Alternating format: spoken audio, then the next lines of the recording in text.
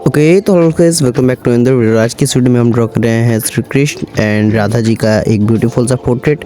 And ये portrait होने वाला है इस वाली रेफरेंस इमेज का। ये वाली रेफरेंस इमेज आपको मेरे डिस्क्रिप्शन में मिल जाएगी, लिंक इसका मिल जाएगा। एंड इस ड्राइंग को मैं ग्रिड मेथड से ड्रॉ करने वाला हूँ। अगर आपको ड्रॉ करना है तो देन फुल वॉच कीजिए।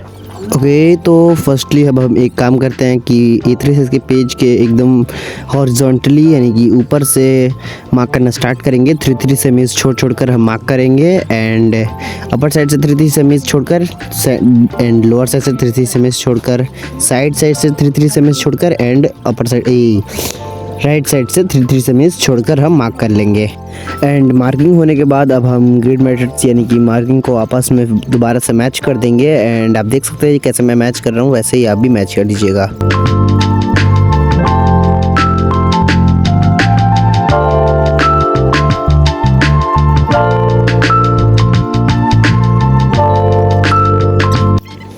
एंड अब हम ड्रॉ करना स्टार्ट करेंगे। बेसिकली जिस बॉक्स में जो एरिया हमें मिल रहा है हम उसी बॉक्स में उस एरिया को ड्रॉ करेंगे।